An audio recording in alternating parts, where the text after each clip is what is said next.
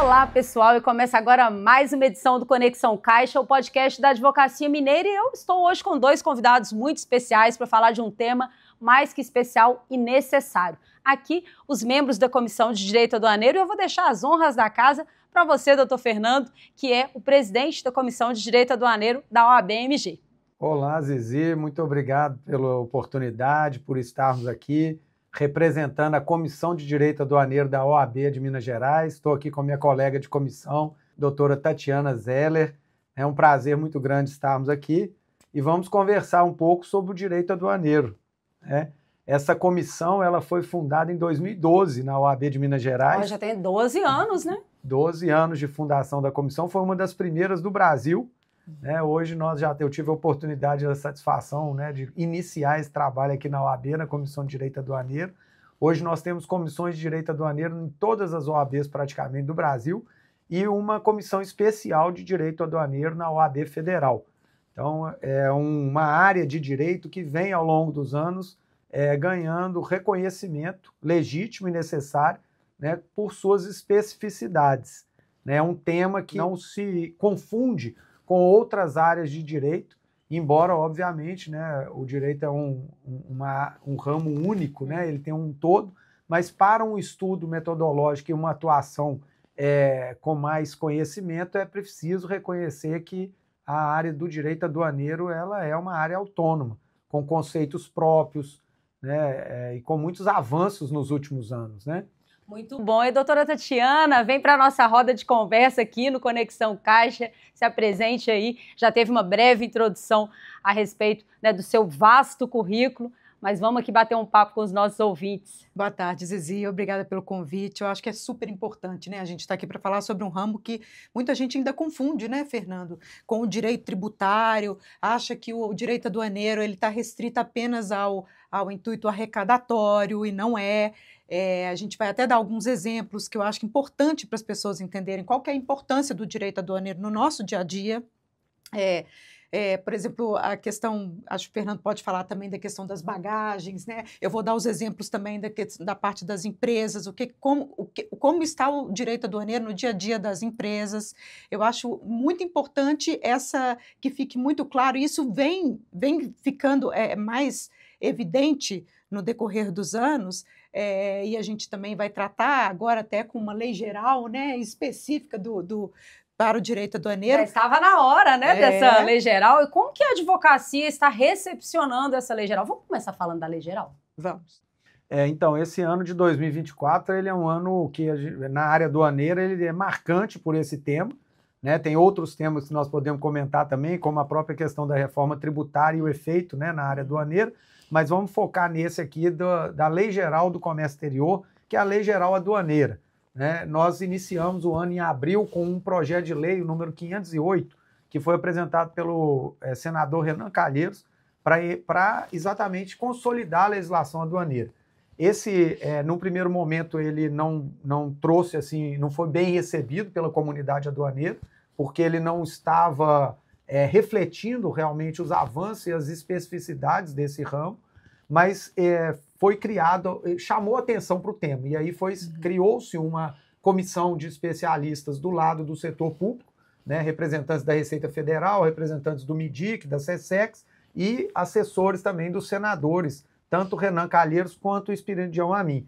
E no lado do setor privado, né, a Comissão Especial de Direito Aduaneiro da OAB Federal, representantes da CNI, de outras associações, sindicatos dos despachantes aduaneiros se mobilizaram para estudar esse tema, até que foi apresentado um anteprojeto, com uma minuta do texto. Um texto com 168 artigos, dividido em 3 livros, e o último livro com disposições gerais transitórias, né? Então, os 3 livros principais no anteprojeto. E esse texto foi dado a oportunidade, num prazo muito curto, para que o setor privado, essas entidades, pudessem opinar sobre ele. E aí, no setor privado, trouxe diversas contribuições. Esse texto foi levado para a Comissão Especial de Relações Exteriores do Senado, e lá ele foi aprovado e se transformou num projeto de lei, que é o projeto de lei 4423, agora do ano de 2024. Ele está tramitando no Senado, ele teve um incremento de 2 artigos, então o texto, nesse projeto, ele tem 170 artigos, e vai tramitar, né, no Senado, depois na Câmara, e se for aprovado, vai para a sanção presidencial. Então, né, numa visão, assim, só para situar o tema, né, e o que ele traz de importante, né? Ele traz disposições que são alinhadas com as melhores práticas internacionais. Porque o direito aduaneiro, como bem falou a Tatiana, ele não é um direito voltado para a arrecadação, né? O direito tributário tem como elemento principal o fato gerador dos tributos, a arrecadação, etc. O direito aduaneiro ele não é focado em arrecadação. O bem tutelado é muito maior, né? Muito mais amplo. A segurança da própria sociedade, as fronteiras, de saber o que está entrando, né, no Brasil. Esse controle, né? O controle, exatamente. Então, o texto buscou elevar o Brasil para uma posição mais alinhada com tratados internacionais. Tanto que veio da comissão, como você disse, de relações internacionais, né, do Senado. Exato, e está tramitando lá inicialmente, né? Então, por quê? Qual é a questão nossa no direito aduaneiro? É a transposição da fronteira, né? O que entra no país, o que sai do país. Essa transposição da fronteira diz com a soberania do país, com os bens tutelados, né? De interesse econômico. Então não é só questão de pagar ou não pagar um tributo, né? Nós sabemos que o objetivo do direito aduaneiro é bem mais amplo do que esse, né? E o que a gente tinha antes eram várias legislações esparsas, principalmente emanadas do Poder Executivo, e aí é até uma crítica, mas também a gente tem que enaltecer porque o comércio exterior mudou demais, principalmente depois do 11 de setembro, as fronteiras se fecharam, houve aquela necessidade de proteger o que estava entrando nos países, e como não tinha legislação, o Poder Legislativo não se movimentou, o Poder Executivo teve que fazer. Até porque entrava via estados e municípios. Exato. Né? E, os outros países estavam se movimentando para protegerem as suas fronteiras. Então, hoje nós temos muita legislação esparsa e emanada do Poder Executivo muito por isso, né? Exatamente. Em decretos, instruções normativas, portarias, e não numa lei. A nossa lei aduaneira, ela é de 1966, né? Um decreto-lei. Decreto-lei, 58 anos. É bem verdade, né, que esse decreto-lei foi alterado inúmeras vezes, né? A menor parte dele que ainda é o texto original de 1966, mas ele precisava de ter uma unificação, um avanço. E ao longo desse tempo, e até pegando aqui o gancho que a Tatiana mencionou, o 11 de setembro, né, aquele atentado, ele fez com que o mundo todo se mobilizasse para uma questão que envolve a área aduaneira, que é crucial, que é você controlar a entrada e saída de mercadoria, mas ao mesmo tempo você fazer esse controle de uma maneira muito rápida, muito eficiente. Então, teoricamente, são duas coisas contraditórias, né? Como que eu controlo o que entra e que sai e ao mesmo tempo eu faço isso de maneira rápida?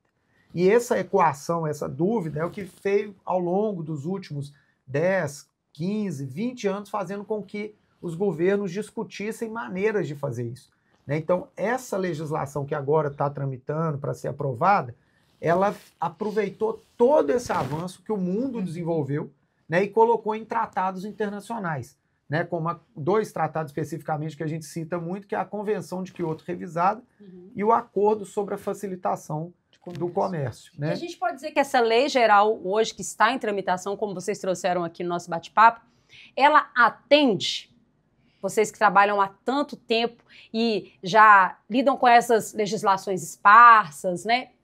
Em que ponto estamos de uma lei geral que pode começar a sua vigência em pouco tempo? Qual seria mais ou menos o prazo, a expectativa de vocês, né?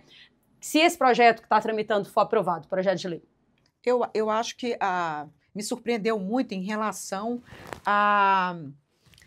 Eu acho que o projeto está trazendo muito do que os tratados internacionais dos quais o Brasil é signatário, eles tentaram, em termos de facilitação comercial, de integração entre aduanas. Nós não tínhamos, por exemplo, alguma legislação que falasse o controle aduaneiro tem que ser eficiente, rápido. A gente estava comentando isso. Exato. Hoje, nós temos no artigo 4º da Lei Geral alguns princípios, vamos falar assim, que hoje nós temos como exigir que a aduana haja daquela forma. Antes nós não tínhamos. Você vai pelo senso comum. O controle aduaneiro tem que ser eficiente e rápido, porque as empresas, às vezes, elas dependem, estoque é caro. Então, às vezes, eu estou importando insumo. Eu não posso ficar com a mercadoria parada. Essa relação, esse procedimento tem que ser célere, porque senão você acaba travando a economia, travando a atividade das empresas e das maiores empresas. Então, mas nós não tínhamos nada que previa como deve ser a aduana, como a aduana deve se portar de acordo com todos os acordos internacionais dos quais o Brasil é signatário. E hoje a gente consegue ver isso na Lei Geral do Comércio. O mundo é totalmente conectado, né? Nós estamos globalizados e as empresas, é até um dado interessante, a gente muitas vezes não sabe, né? Você sabia que circulam pelo mundo afora, Zizi, cerca de 70% das operações que são feitas, elas são promovidas por empresas do mesmo grupo. Né? São empresas que estão no Brasil, que estão no Chile, que estão na Argentina, nos Estados Unidos, na União Europeia. Então, são empresas do mesmo grupo que vão transitando essa mercadoria pelo mundo. E como essas empresas, elas comunicam entre si ali para saber qual é a legislação aduaneira vigente no país. Então, enquanto o Brasil tinha uma legislação, e tem ainda, né? Enquanto a nova lei não entrar em vigor, né? Ela tem uma legislação ainda, de certa maneira, arcaica, né? Que não reconhece necessidade de eficiência, de redução de custo. O que acontece? Aquelas empresas não querem investir no Brasil. Elas entendem que o Brasil é fechado, que a legislação aduaneira não vai dar agilidade, previsibilidade, né? Então a empresa lá fora na Alemanha conversa com o representante aqui no Brasil, da própria empresa, né, da área aduaneira, eles vão discutir como que vai ser o trâmite, qual tempo vai demorar para a gente colocar um insumo na fábrica. Aí você fala assim, aqui demora 15 dias, 20 dias. Ele fala lá, não, esse tempo é absurdo, a gente não pode esperar. Movimenta toda a economia, né, doutora Tatiana, como você colocou, né? E até respondendo, atende, né, que você perguntou. Aí é uma crítica que é a minha crítica pessoal, eu não sei se o Fernando vai concordar, mas eu acho que faltaram dois aspectos muito importantes que eu acho que... Aí nós chegaríamos a um patamar de código, né? Que é o que a gente tanto almejava. Essa lei é um grande avanço, na minha opinião, mas faltou tratar das infrações, penalidades, que hoje nós temos infrações e penalidades tratadas, tem no decreto-lei, tem 2 regulamentos aduaneiros que nós já tivemos, tem lei que instituiu a COFINS não cumulativa. Então, é um emaranhado de normas esparsas e que muitas vezes prejudica a interpretação e também a aplicação, a correta aplicação. Então, eu acho que isso faltou. E também a questão do contencioso.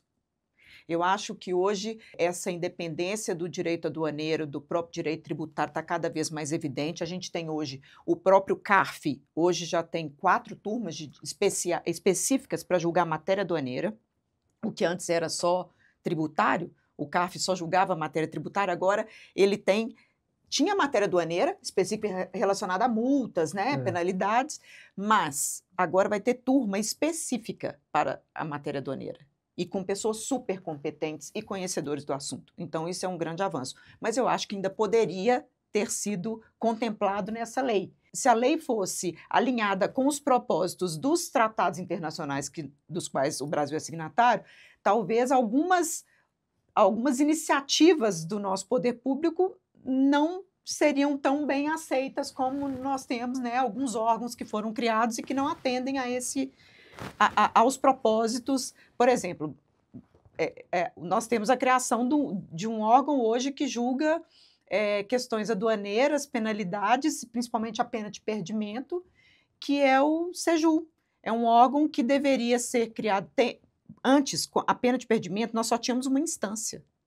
Não tinha. Se julgada, a pessoa do mesmo nível de quem aplicou a pena queria julgá-la. Então, nós não tinha possibilidade. Era a primeira instância e não se recorria. Hoje, em razão dos tratados que o Brasil assinou, principalmente da Convenção de Kyoto revisado, você tem o duplo grau. Mas a Convenção, ela falava em duplo grau do recurso ser julgado por uma autoridade independente. E agora não, colegiado de auditores, ou seja, são as mesmas pessoas em termos, não tem essa independência exigida, né, para julgar o recurso. Então, os auditores que lá estão são muito, muito bons, são pessoas de altíssima competência, mas a crítica que nós fazemos é que não atingiu ao objetivo e ao que está na convenção de Kyoto revisada. Então, essa parte do Parece, mas não é, né? Exatamente. O ministro, Fernando Haddad, quando falou sobre a urgência, porque nós tínhamos um prazo. Quando você é signatário, você tem um prazo para implementar.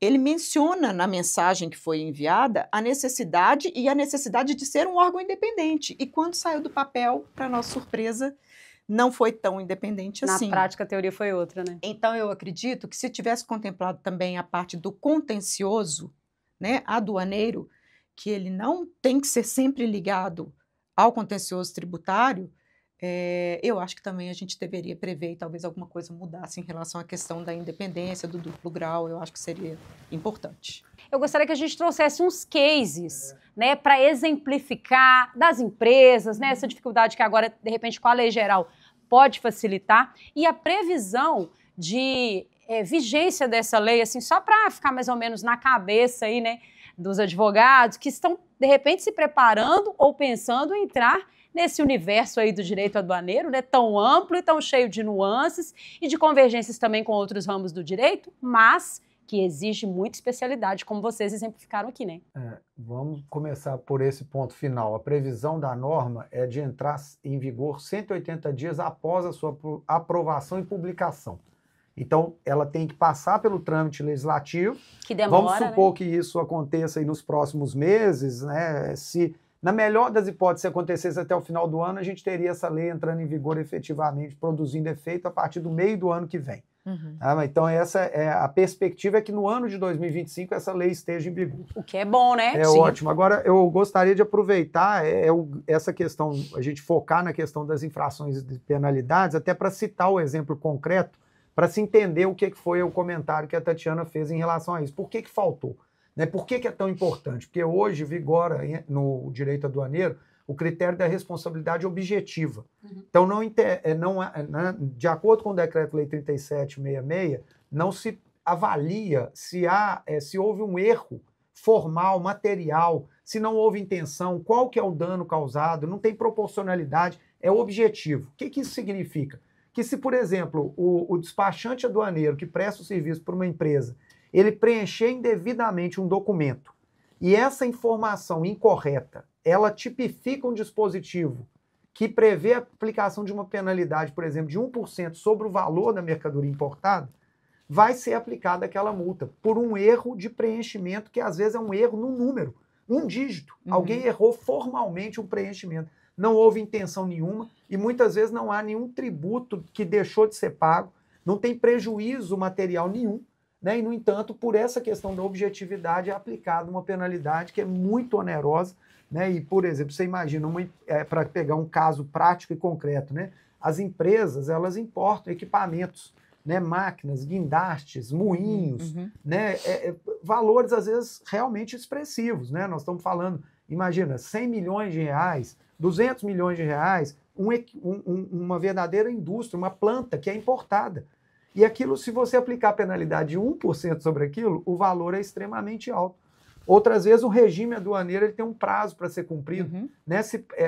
Passa-se, por exemplo, a aeronave, é muito comum, né? As aeronaves vêm para o Brasil num regime aduaneiro que é suspensivo ou de pagamento de tributo proporcional. Você tem um prazo para cumprir. Né? Assim, se passar um dia do prazo, a legislação manda pagar uma multa de 10% sobre o valor do bem. Mas não houve dolo nenhum, uma situação que claramente não houve um erro.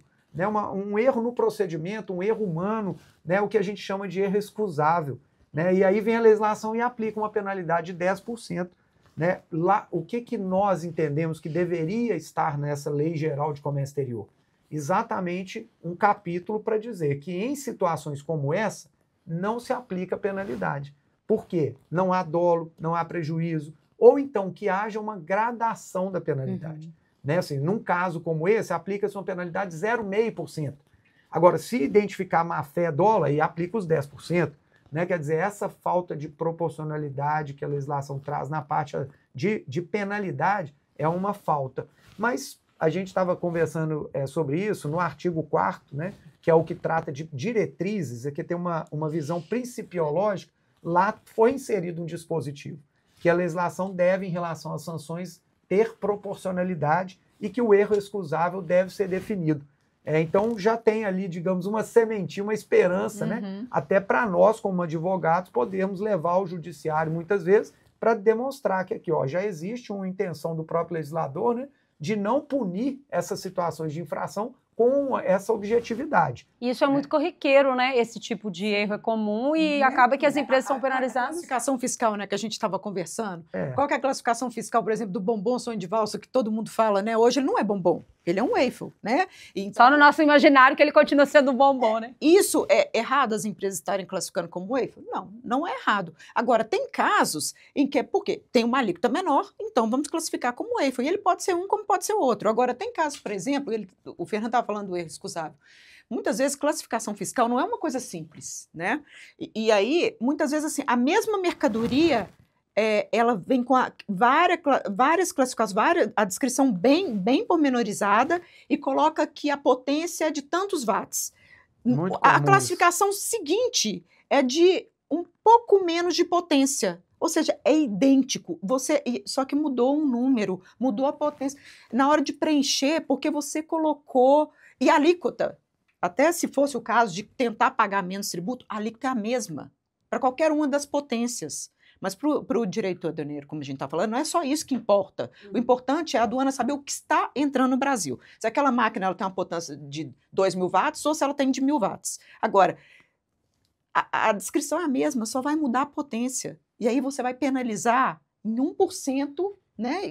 E qual que foi o dano efetivo? O que eu trouxe? É um erro excusável. Isso tem que ser, não é razoável e nem proporcional que se aplique uma multa desse montante para um erro que pode ser até regularizado, né, por meio de uma denúncia espontânea, né? Não, e porque isso, né, um termo de confissão, talvez, que eu errei, me identifiquei, isso não é aceitável até então. Não. E porque isso barra, né, a mercadoria. Isso barra a mercadoria. Esse é um outro ponto, né? Porque no direito aduaneiro, nessa questão da transposição da fronteira, a empresa, ela tem demanda de tempo, né? Aqui, a parada da carga num porto, num aeroporto, gera um custo altíssimo. Altíssimo. Né? E quando tem essa divergência, vai ter multa, qual é a classificação? Isso para o processo. A empresa fica com a carga parada na área alfandegada. E aí o aeroporto cobra a armazenagem. Diária. Né? Diária, aquilo vai crescendo e a empresa precisando daquele equipamento.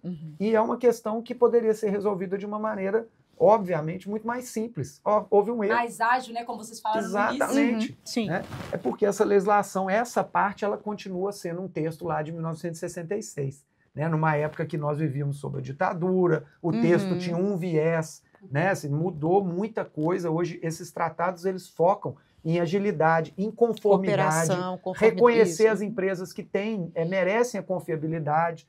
Né? Então, é outro viés. E nesse sentido é o que a gente valoriza. A nova lei, que vai entrar em vigor ano que vem, né, conforme a gente está torcendo, profetizando aí, ela vai trazer avanço. Mas, assim, a gente faz uma ressalva, só que na parte de infrações a gente sabe que precisa avançar e no contencioso também, né, porque a gente ainda tem alguns pontos aí que, como o CARF já tem a turma especializada, isso é um grande avanço. 4, né? Isso é muito importante, né? Isso realmente foi um grande avanço e reflete o reconhecimento dessa autonomia do direito aduaneiro. Né? Nós temos uma turma de julgamento onde a matéria que vai ser julgada é aduaneira. Né? Então a gente fica feliz, né, Tatiana? E composta por fiscais muito competentes, que estão... Conselheiros que estão... que sabem da matéria e também conselheiros dos contribuintes que também estudam, são estudiosos da matéria. Exatamente. Então, a gente fica muito feliz de ver esse avanço. Nossa, ótimo. Gente, eu vou falar uma coisa aqui, o nosso bate-papo, ele tá assim, fluindo tanto, mas vocês acreditam que já passamos 30 minutos aqui conversando? Muito rápido, né, gente? É muito rápido. Então, eu já vou deixar aqui, vou avançar para as considerações finais. Nossa, faltou muito tempo para a gente conversar. A gente queria falar sobre reforma tributária, queríamos falar também sobre outros exemplos, né, das sandálias que você tinha falado conosco aqui dos bastidores, vocês tinham falado. Mas eu já vou deixar, então, o convite para o nosso próximo bate-papo, gravarmos outro podcast para a gente continuar conversando sobre esse tema que é extenso. Mas tem uma coisa que me chamou muito a atenção entre vários que vocês falaram, foi a importância das comissões de direito aduaneiro em todo o Brasil, né, participarem via a OAB Nacional, né, o Conselho Federal, dessa organização dessa, não implementação ainda, mas dessa formalização do projeto de lei, né? Que você colocou isso, doutor Fernando. Então, assim, é muito bacana para a gente, muito caro que a primeira comissão de direito aduaneiro, como você também colocou, foi daqui da OAB de Minas Gerais, e aí deu origem à série aí há 12 anos, né? Podemos dizer assim, e o impacto que isso está trazendo agora, 12 anos depois, para essa lei geral. A participação da elaboração. Muito importante. Então, foi assim, uma das primeiras, né? Eu não lembro exatamente qual foi, mas junto com a de Minas, teve outras em 2012. Então, esse esforço coletivo aí, foi né? uma ou duas que iniciaram essa trajetória, né? Mas a contribuição que você está falando é fundamental, realmente. A comissão, ela abriu espaço, através de formulários, né, na internet, para que advogados do Brasil inteiro contribuíssem nesse processo. E nós pudemos perceber que as sugestões foram muito bem analisadas. E assim, só para ilustrar isso, no primeiro artigo dessa lei, o texto dizia assim, que as normas eram destinadas àqueles que atuam no procedimento de regulamentação, fiscalização e controle das operações de comércio exterior. Então, aquelas normas gerais seriam destinadas para aqueles que atuam... Aplicam, fiscalizando, então, né? Então é como se o artigo inicial no primeiro projeto ele fosse destinado só para o setor público, para quem fiscaliza. Exato. Né? Seja para o setor, por exemplo, no MIDIC, na C7, Anvisa, MAPA, todos os órgãos, mas só o setor público.